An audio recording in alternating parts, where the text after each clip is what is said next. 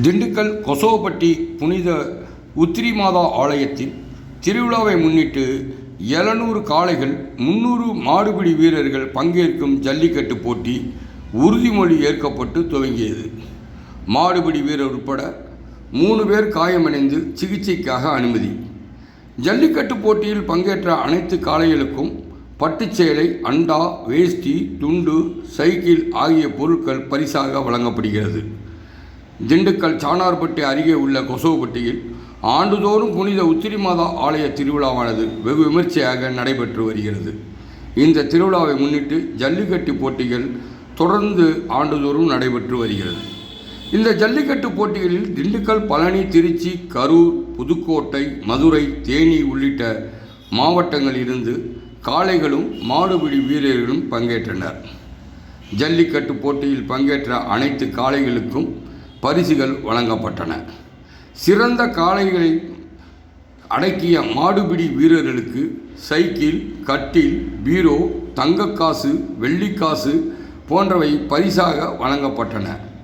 ஜல்லிக்கட்டு போட்டிக்கு 350க்கும் மேற்பட்ட காவலர்கள் பாதுகாப்பு பணியில் ஈடுபடுத்தப்பட்டனர்.